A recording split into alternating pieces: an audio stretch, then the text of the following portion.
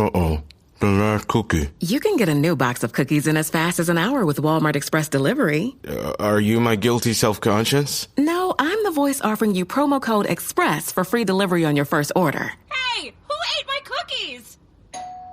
You mean, these cookies? Order now. Welcome to your Walmart. Promotion valid for first express delivery order. $50 minimum subject to availability. Restrictions apply. This episode is brought to you by Coffee Mate. After watching this season of the HBO's original series, The White Lotus, this is the tropical getaway I needed. One more pina colada, please. Hey, you're not on mute. Oh, I thought I was in paradise. Turns out, it was my Coffee Mate. Coffee Mate Pina Colada and Thai Iced Coffee Flavored Creamers. Inspired by the newest season of HBO's original series, The White Lotus. For the love of coffee. Try now. My dad works in B2B marketing. He came by my school for career day and said he was a big ROAS man. Then he told everyone how much he loved calculating his return on ad spend. My friends still laugh at me to this day. Not everyone gets B2B, but with LinkedIn, you'll be able to reach people who do. Get a $100 credit on your next ad campaign. Go to linkedin.com/results to claim your credit. That's linkedin.com/results. Terms and conditions apply. LinkedIn, the place to be, to be. Welcome to another Find the Edge production for the Premier League Cricket Club. Connecting players and coaches, clubs and leagues, volunteers and supporters alike, you're in the right place for the best of the 33 ECB Premier Leagues and the 20 NCCA counties, bringing you the stories, the stats and the standout performances that make this game great. Don't forget to hit the subscribe button to both our Premier League and NCCA shows so you don't miss any episodes. Now, shall we get stuck in? So here with Elliot Ponting talking Challengers chat, mate. It's been a while since we've been able to get together, obviously. Yes, it has. Busy quarter, shall we say, at the end of last year. I mean, you know, Challengers last year, we started off at Loughborough, we worked our way through Leicester, Hampshire, West Bromwich, Dartmouth and Zimbabwe, but let's be honest, it was all about taking the boys over to Spain to retain the title, taking the women over to Spain and retain the title. And for your sins, you were lucky enough to be there for both of them, weren't you? Yeah, so obviously got the contract with NCCA and off the back of that, the Challengers. So worked with them throughout the summer and yeah, like you said, lucky enough to be on the plane with both the boys and the girls. And it was great just to spend a week with both and bring home both trophies, especially after the year we'd had, building the brand and getting into a position where people were starting to recognise us, I'd say. Yeah, definitely. You know, for those who are watching this for the first time or listening for the first time, just explain in your terminology that brand in the first place with the Challengers. Yeah, so the Challengers is what it says. We're challenging the norm. We're trying to offer a different pathway for those who have either dropped out of the first class game or those that are in the national counties and we believe are good enough. And I think the brand is built on that, and the reason that we provide the content we do is because we want to challenge kind of normal expectations of what cricket is.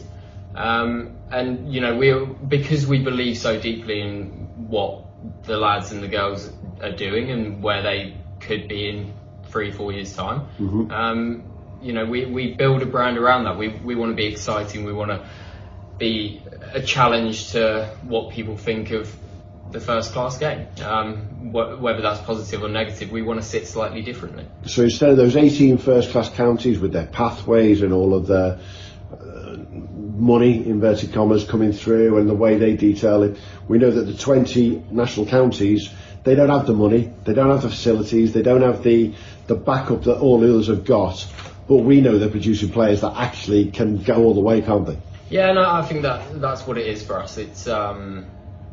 It's the players themselves, and it's giving an opportunity to those players that we genuinely believe are good enough. And I think having started working with the Challengers in kind of April time, and seeing, and also working with the national counties, and being at finals day and seeing the quality of cricket there is within the national county setup, that the Challengers for me fits perfectly in between that stage. and it's all about the players. It's all about the brand that we're trying to create and the kind of ethos that Lambo and Lynx and Chiara give to those guys, and get them in the position where they're playing in front of 3,000 at home, or they're playing in front of however many million on the ECN. So yeah, it's finding those talents, which the guys do a great job of, and my job is simply just to showcase that talent on social media, on website. And clearly we've found that talent. Let's cut to the chase. We know that one or two of the lads have been playing second 11 cricket, and then some played first class cricket last year, List A cricket, in particular. On one, Tom Hindley, it just proves again that he was left behind by Sussex a few years ago, but he's worked hard on his Premier League and his national counties game, and there he is now with his rookie contract at Worcester. Yeah, and I think the game has a place for players that have dropped out. Within the guys' team, you could see people like Sam Young, incredibly talented cricketer, didn't get the opportunity at Somerset, or perhaps got the opportunity at the wrong time. Mm-hmm. But these guys and girls still have a lot of talent, and not my job, but the Challengers' job is to showcase that talent as much as possible to those first class counties again. Yeah, and I think that's what the national counties do a phenomenal job with generally, in terms of nurturing that talent and bringing it through. And you and I have both seen a hell of a lot of national counties and Challengers cricket over the last year. You're right, the quality's superb. Yeah. What you guys did against Leicestershire, what you guys did against Hampshire, beating them, and it was basically a Hampshire Metrobank squad. Yeah. What you guys did against Sussex in front of 3,500 down at home on most of the guys had never played in front of that many or under floodlights, and actually gave it a good go. Yeah, it's really interesting that those were the results that we created. There was no expectations from myself, from the coaching staff. It was, let's use this year to see where we are. Mm-hmm. Use this year to kind of benchmark for potential years down the line, and to go and beat Leicester in the first game. Obviously, Lynx played one of the better knocks I've ever seen. Unbelievable knock. Playing against Rayan Ahmed and taking him for 20 odd in and over and hitting an 18 ball 50 just set that up, and it set that kind of stall out that this is what the brand of cricket that we want to play in. Mm-hmm. I think the girls echoed that as well. Let's not forget about the girls. Beating Western Storm, obviously taking it very close against the Vipers, and then going and winning in Spain was kind of the icing on the cake for that, really. Yeah, we got up to October with the boys going out to Spain, in December with the women. Let's be honest, we lost a game in each one.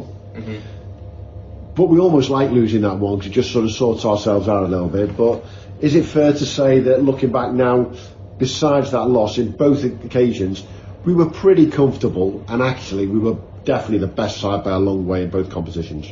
I think it's hard to ever say you're comfortable in that competition. I can tell you now, I was really relaxed in both finals. I was really relaxed watching them. That wasn't my feelings, but I know what you mean. We're lucky in the UK that we have such good access to cricket, Mm-hmm. and I think Europe are doing a great job of getting to that place, and the ECN is just part of that. But I think the wake-up call is definitely the right word for that. In the men's one, we didn't know what Netherlands were going to be like. They're a bit of because they're a bit further ahead. You never know kind of what the Netherlands are going to bring. Mm-hmm. And the left-hander that got the runs in that first game just played an awesome knock, and sometimes you just sit there and watch and go, they've outplayed us. But I think it kind of helped with planning. It helped Lynx and Lambo go, okay, this is our strongest team. We actually know what we're up against here. Mm-hmm. And the work that they do before the tournament is ridiculous, which is, another testament to how good that kind of coaching network is. And Darren Thomas as well, mm-hmm. on the trip for the first time. And then the girls, the wake-up call was definitely needed. I felt as though they kind of cruised through a little bit. Those first few games, the new girls probably didn't get challenged as much as they should have. Yeah. And then Scotland kind of came from nowhere and played an It was the only time pretty good Scotland. hand. It was the only time Scotland actually really played, though. To be fair. Yeah, the thing is, the talent in that tournament is so high, and I don't think sometimes it's done justice on the cameras. When you're there live, you realise how good the cricket is, and Scotland just didn't get the rub of the green. They didn't quite put it together, apart from when they chased 140 against us. So it was an interesting game, that Scotland game, because from the sidelines you just never felt as though we were going to lose until we lost. It was a really strange one.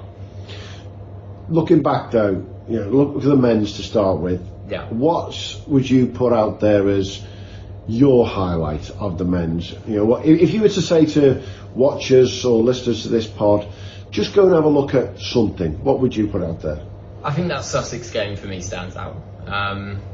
Obviously the ECC was what the ECC is, and it was a massive achievement, but that Sussex game, to a lot of the lads, it was a completely unique experience. To me, it was a unique experience, and to my team, the behind the scenes team, it was a unique experience. You're playing under lights against Tom Mills and Ollie Robinson. It's never an easy task for the boys, and I thought they settled into the game. The further the game went on, they settled into it, and it was a bit of a turning point for me of, okay, we're good enough here. I don't get massively involved in the cricket side of things, but I love cricket, and we'll come to that in a minute because we know you have to. So. I love the team, and I've got really close to all the lads and all the girls, and for me that was the turning point of, we've beaten Leicester in their own place, but there were still those question marks of, was it the strongest Leicester side? We went and played against 3-4 real international players and massily held our ground, and that to me was a big highlight, and my content was a bit nice from that day, so that always helped. We're still seeing it was great. Something about being under lights, isn't it? It really sets the shot up quite well. Definitely. And with the women's team, the games they played in the build-up to the ECC, what's your highlight there, again, if somebody wants to go have a look at that and see the quality that we're showing? I think we played the Vipers at Wokingham, and Nancy Harmon played for the Vipers. One of our own played, Rachel King.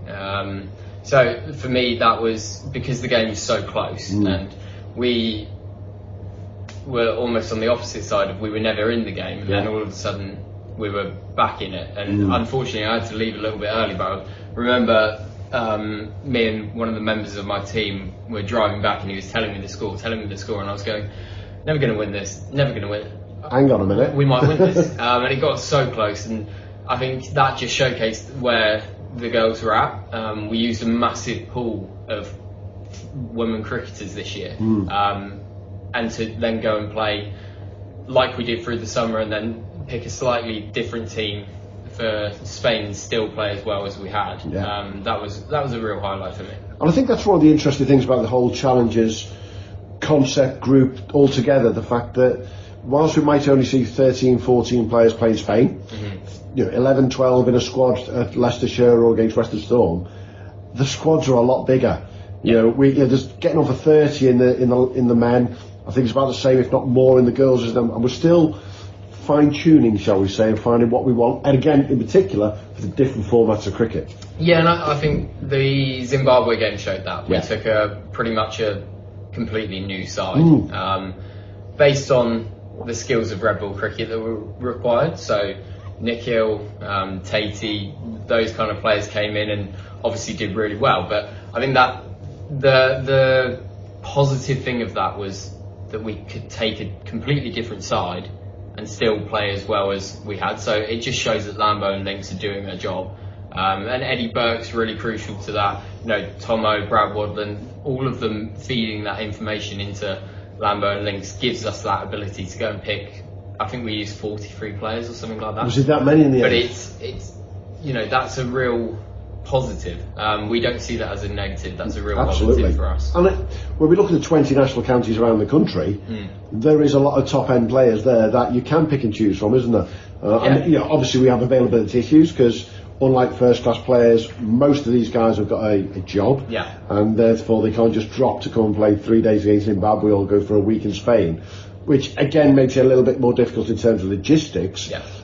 but it means that you need to be able to give other people a chance that way. Yeah, we're lucky to have 21st national counties that we can pick from, and like I said, I don't get involved too much in the cricket side of things, but Logues, Lambo and Links did a really good job of making sure we hadn't left a stone unturned, and we had tried and tested these players that were churning out runs or taking wickets for fun in the national counties competitions, because ultimately that's where those lads need an opportunity. They might have dropped out of the game, they might have never had a chance because of location, that kind of stuff. So for us to be able to use that, and the Challengers to be able to use all 20 counties or as many of the 20 counties as possible, is a real strong suit for the Challengers. And I think what's really interesting, looking sort of, I can't say outside in, but I've been very close with you guys all year, is that the mix of players, age-wise, just shows what we've got. I mean, we've got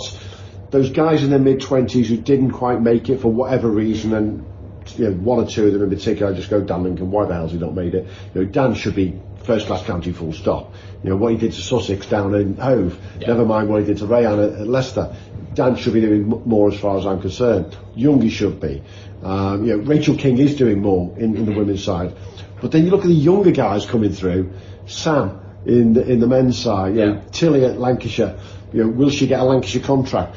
This is where we're bringing all of this together, aren't we? And basically giving them all a chance up to be on the highest possible screen, shall we say? Yeah, exactly. And the key thing about the Challenges is there's no barrier. We're picking out of the national counties, or we're picking out of kind of tier 2 downwards, and there's no, we don't look at someone and go, you're 28, so you passed it. Exactly. Richard Gleeson didn't play first class cricket until 29, so we know that, and we know that there's missed opportunities there, and to Links is a hell of a player. Whether his head's in wanting to play professional cricket is different, but what he brings to the side is that he's played a bit of pro cricket, he's played a lot of national counties cricket, and he's such a strong, good leader. Kiara's the same in the girls stuff.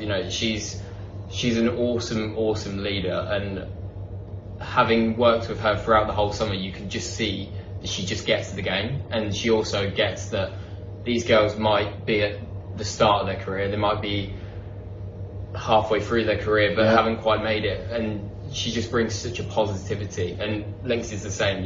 Links is constantly saying, just whack it up trees, go and play your game. And I think that really is a positive for the guys and girls involved, that you can just go and play your game, and they kind of get that backing that they might not have got before, or they might have never had the opportunity to get before. And I think there's a real irony there when you look at both skippers for the women's and the male squad last year. When it came to the ECC, they both did what they had to in terms of performance-wise. Obviously, Dan behind the stumps, Kiara bowling, but they didn't have to do too much generally, because actually the players around them were doing it. They just had to lead. Yeah, and I think it goes back to that point of their belief in the side. Kiara didn't bat herself. I think she batted once, and Did she actually put the pads on apart from that one time? So every time the cameras went, every time the camera went round, she just didn't look as though she was ready to go there. No, and that's just down to the talent in the squad. The depth was there, wasn't it? It's down to the depth, the talent, and also the fact that she backed all of her players to go and do the job they were picked for. So if she was needed, she would have gone out and whacked it. I'm sure of that, but she understood that her role in the side is as a leader and as a bowler, because she's so good through those overs. And changing those bowlers at from one over to the next, that was something we picked up on, that she was so good at that compared to the other sides, to be frank. Yeah, her tactical brain is just, you can tell how much cricket she's played. Her and Dan, that's what they bring to it. They're just very, very controlled, very relaxed. Dan claps wides, for example, because he knows that the plan is to go wide. So if you get it wrong, it's not about your execution, it's about the fact that you had an idea and you stuck to it. And I think that serves some of the younger bowlers really well. Definitely. In the girls stuff, Ree, Nolan Davis, Amy Wheeler were just told, go and set your plan and then just bowl to it. If you get whacked for 6 or 4, at least you're sticking to a plan. And Links is exactly the same with the guys stuff. Definitely. I was never really a runner. The way I see running is a gift, especially when you have stage 4 cancer. I'm Anne. I'm running the Boston Marathon, presented by Bank of America. I run for Dana-Farber Cancer Institute to give people like me a chance to thrive in life, even with cancer. Join Bank of America in helping Anne's cause. Give if you can at BofA.com/supportAnne. What would you like the power to do? References to charitable organizations is not an endorsement by Bank of America Corporation. Copyright 2025. Looking ahead to this year now in 2025, I'm going to put you on the spot about some of the players in the first before we talk about the future. But of the guys and the girls who've been in the 2 squads, I'm thinking particularly the young ones who've come through. Pick a couple of names from each who you think that watchers and listeners to this should be going, let's see what they do this year, because they're quite exciting to watch.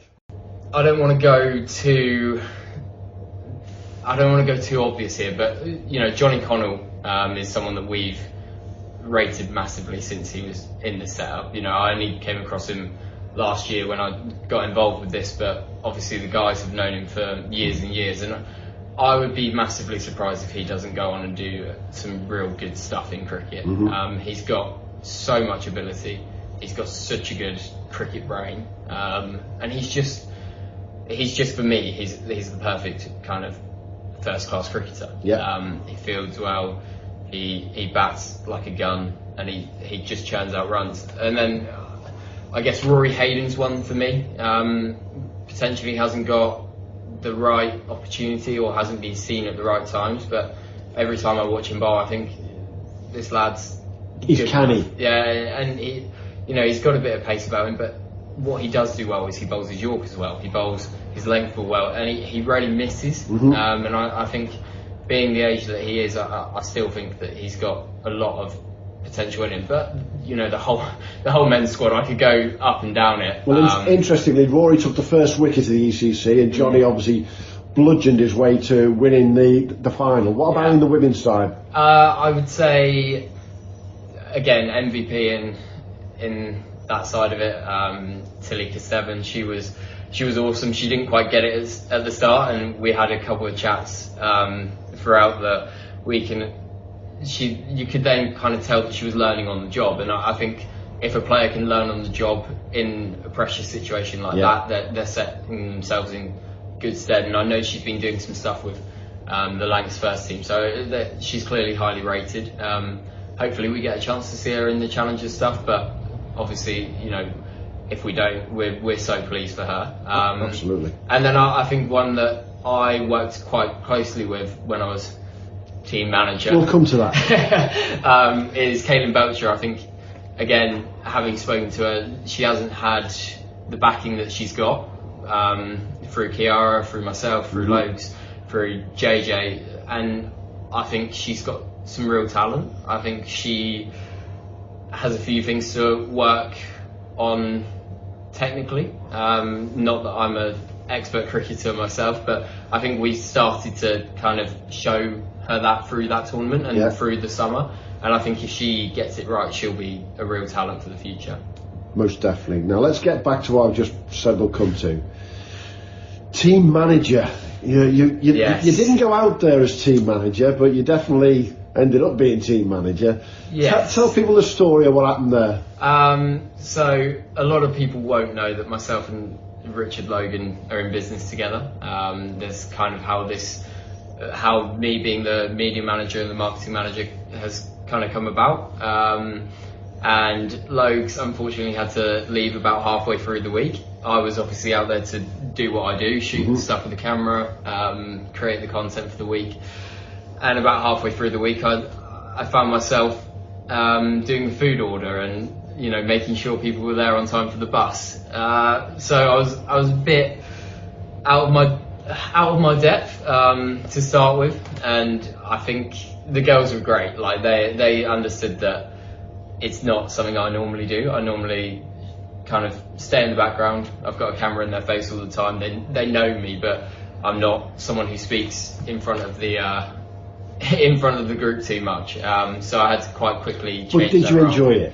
I loved it. Exactly. I actually texted Logs afterwards. I could see from your face you loved it. Yeah, I texted Logs afterwards and I was like, I'd be keen to do that again. Yeah, he can forget it now. Yeah, it's the more I get into these competitions and the more I get involved in the Challengers stuff, I just love it. And you know, I would do it any day of the week over anything else. It's such a rewarding team to be involved in. You know, you see cricketers who have not got any confidence because of what they've been playing in, or they're really confident but they haven't been given the right opportunity, and you see them come through and, you know, put themselves in a position where they put themselves in front of first class counties, or they put themselves in front of 4 million, you know. And for me, on my side of things, you know, you see people who have never seen a camera in their face before, and by the end of it they're doing full 20-minute interviews, or they're doing, you know, sit down interviews like this and talking through some real hard experiences. So it's a really rewarding team to be involved in. And like I said, I enjoyed the team manager stuff, and it made it even better winning the trophy. Not that I watched much of the second innings. I was head in hands or with Amy Gordon with a dislocated shoulder. So let's throw someone under the bus while we're at it, though. We might as well, before we look forward. I know who is the biggest nightmare when it comes to media on the men's side. Go on, name him. It would be Sam Young, I Absolutely. think. Yeah, and what about the women's side? Who just doesn't want to know? What I will say is the men have had more opportunity to do it. I've spent a lot more time with them. The girls I've met for the first time a bit in Spain, like there were 6 or 7 players that I'd never met before, and a couple did shy away. Who would I throw under the bus? Because you know they'll throw you under the bus at the first. I'd say I'm going to throw her under the bus because of the first ever interview we did, but Caitlin Belcher hated it to start with. Really, you know, kept saying, I don't know what to say. By the end of the week and by January, she's doing a podcast with you guys. So absolute natural. It was, that was really rewarding to see that, but also she didn't quite enjoy it. But JJ was another one. She, their head coach, behind the camera. very much out the way of the camera as much as possible, which I think is just her coaching technique. Nothing wrong with that. We'll let all of them off. Absolutely. There was a few that didn't enjoy it. So media training for Youngie, and Caitlin, which is it's moving with it, but moving into the future. More importantly, where do we stand going into 2025 and going forward now? Fixtures starting to be put together for the Challengers for this year? Yeah, so we've started to put a programme together. Obviously a lot has happened from kind of Spain to now, and it's been a couple of months of some real hard planning. We're looking to kind of reflect last year. I think that's with the amount of cricket that the guys are playing, for example, you know, playing every Sunday in the national county stuff, playing every Saturday, you've got to be quite careful of how much cricket they are playing. You don't want to just put fixtures in front of them for the sake of it. And also we see such value in the national county stuff that we never want to take away from that. We want to add to it. So I would say it would be reflective of last year in terms of 4 or 5 fixtures, more training, I would say, which is good because it allows Lambo and Lynx to have that contact time, and we don't go so long without seeing them, which would be nice, and I can get some more content. Absolutely. And then in the girls stuff, I would say kind of, again, reflecting on what the men are doing. So whatever the guys are doing, there'll be a quality across both. And I would say that we would look to try and play tier 1 teams, but that's all got to kind of shake out a little bit, so we're just waiting for that, just to see what that schedule's like with the county cup and stuff like that. So yeah, pretty much similar to last year, with some more kind of training days, and a couple of interesting fixtures in there. And from what I remember from last year, the feedback we got from the first class counties and the tier 1 team, but it was great. They loved it, playing it, because they weren't just playing a friendly for friendly's sake. It was proper competition for them. You know, Leicestershire were warming up for the Blast, Hampshire were warming up for the Metro Bank, Western Storm were getting ready for their fix. So it works really well in that way, doesn't it?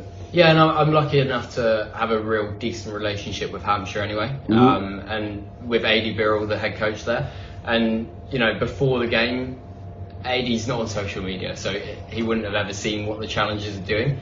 And he actually came over to me and asked me about, who should I look out for? I said, I can't give you anything away, but this team will surprise you. Yeah. And he came straight up to me after the game and said, absolutely loved it. You guys showed us kind of the other side of cricket and the other side of not having a contract and having to play your heart out. And I think that's something that we did throughout the whole. That's a testimonial, isn't it? Exactly. And every coach that we engage with, or every Claude was the same up at Leicestershire, and Paul Farbrace was exactly the same. And on the women's side, I know Adam Carthy well, and the first thing he said to me was like, these fixtures are great for us to see where we benchmark our academy or we benchmark our second team. So I think the reflection from the counties was really strong, and that puts us in a better position to go and negotiate more fixtures this year. Yeah, and you could almost take it that Farbrace and the boys at Sussex took it to another level with their open trials in the last week or so. And some big numbers turned up because they know there's players outside of their pathway, academy and everything else, and by doing that, that's sort of the same sort of thing, isn't it? Yeah, and I think our message with the Challengers is very simple. There is a gap. We hope to fill that gap, but no one should come to the Challengers and think that's it for them. There should be a next step, and whether they want to take that next step, it's working out whether they want to go on and be professional cricketers, or can we help these guys have almost a semi-pro career where they go and play in some competitions around the world. Cam Hemp's the perfect example of that. Yeah. Hasn't played any pro cricket, but he's gone to the Cayman Islands. Cayman, sorry. Yeah.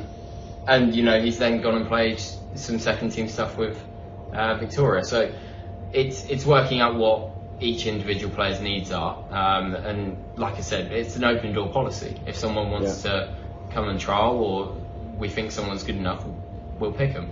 And is that one of the big sort of looking ahead challenge for the Challengers going into 2025 and the season ahead, thinking that how many of these players can now get more second 11 cricket? It's going to be put on the radar.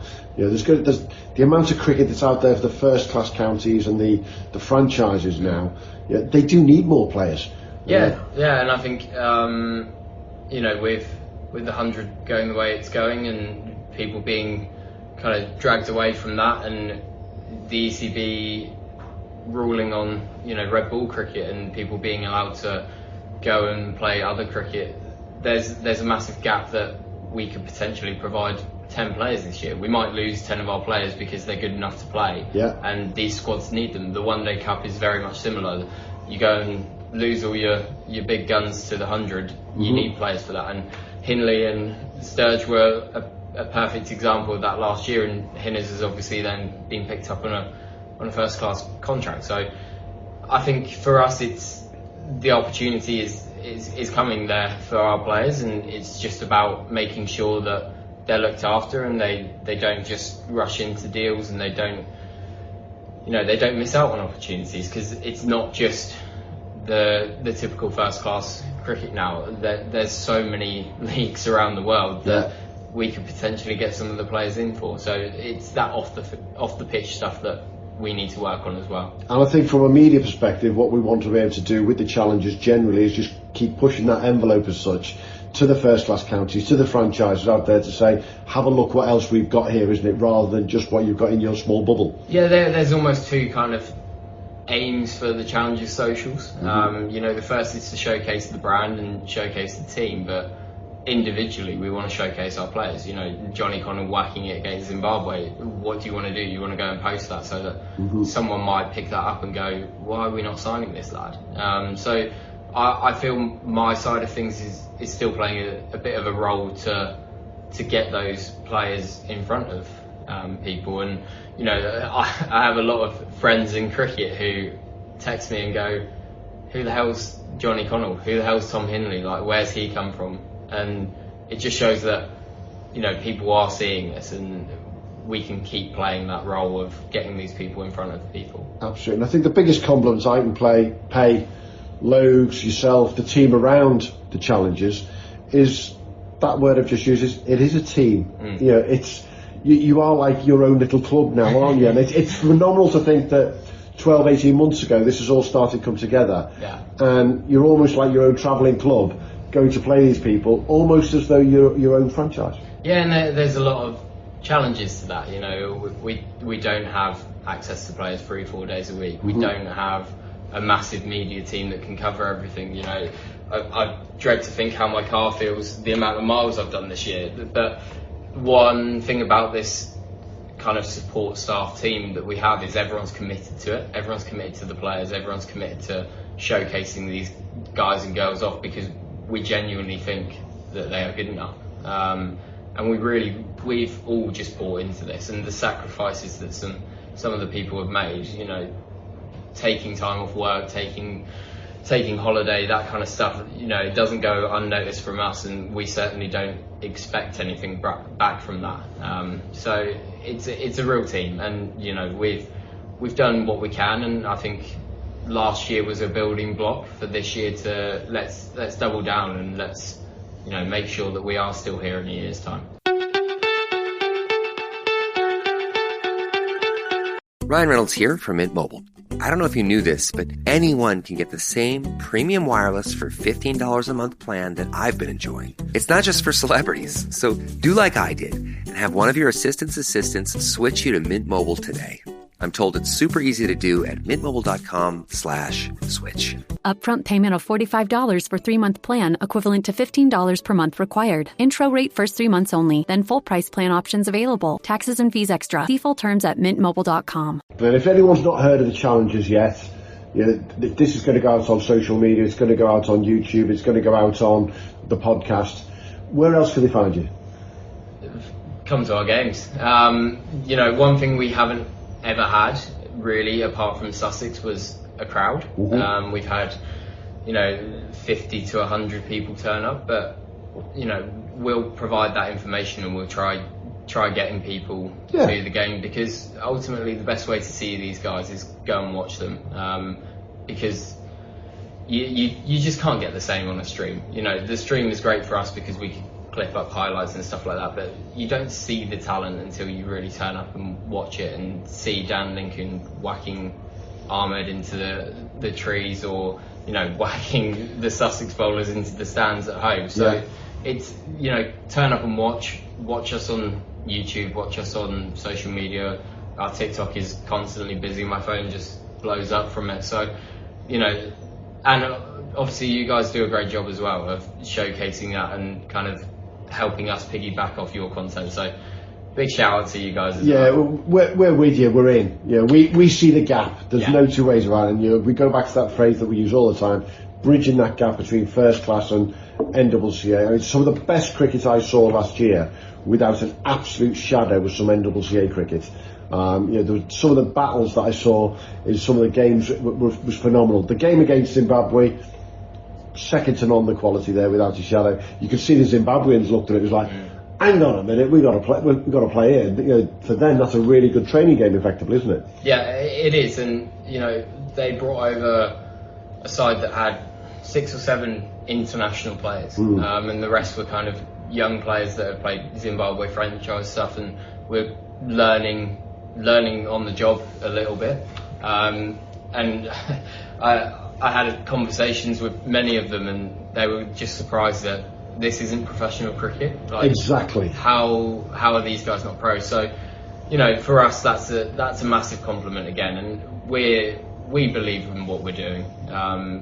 You know, our audience believes in what we're doing, so we're not going to stop doing it. But we've also got respect for the game, so we know where we sit, we know what we're trying to achieve, and ultimately we're trying to help first class cricket. We're not trying to get in the way, because there's no point, and also we're not trying to get in the way of national counties cricket, because we see so much value in that. You know, go and watch a game on a Sunday and tell us that these guys aren't good cricketers. That's my challenge to anyone that thinks national counties cricket isn't good. I totally agree, and I'll say to anyone, you know, just have a look at the calendar for 2025 and see how much first class county cricket you can actually watch on a Saturday. There's not a lot. How much is on a Sunday? Even less. So why not go see one of your 20 national counties that are out there? You will see some of the talent of the future without an absolute shadow at every single ground. And then, do you know what? Keep an eye out for the Challengers fixtures and come and watch one or two of them, because you're going to see the best of the best then. And these lads are going to put it hard against anyone they play against. Yeah, and there's no fear in that group. The same in the girls. There's no fear of failure, and I think that obviously comes from Lynx, Lambo, Kiara, JJ, Beth Morgan, who was coaching in the summer, and it comes from Logue as well. We're not here to upset the apple cart. We're here to provide opportunities, and in order to do that, we have to play some pretty hard cricket and some different cricket. And the whole thing about the Challengers is we want to be different. We want to be different on social media. We want to showcase that backstory, and we want to showcase the not so nice part of having a full-time job and still trying to make it as a pro. So there is some hard conversations we have, and I enjoy that side of it. Definitely.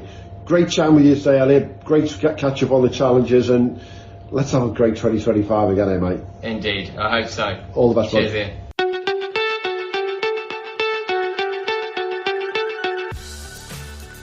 Thanks for joining us at the Premier League Cricket Club. We'll be back soon with more from the world of Premier League and NCCA cricket. But in the meantime, don't forget to subscribe, leave us a review and follow us wherever you get your socials. Or maybe check out our website, premierleaguecricket.co.uk, to stay updated. Until next time, have a good one.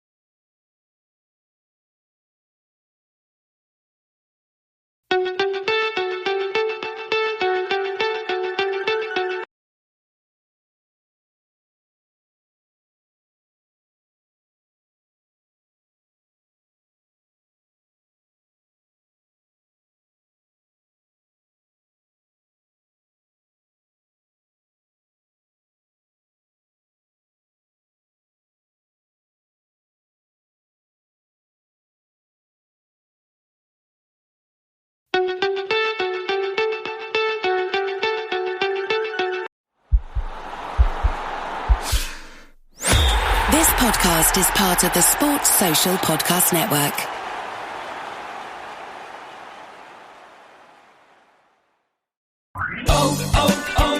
O'Reilly.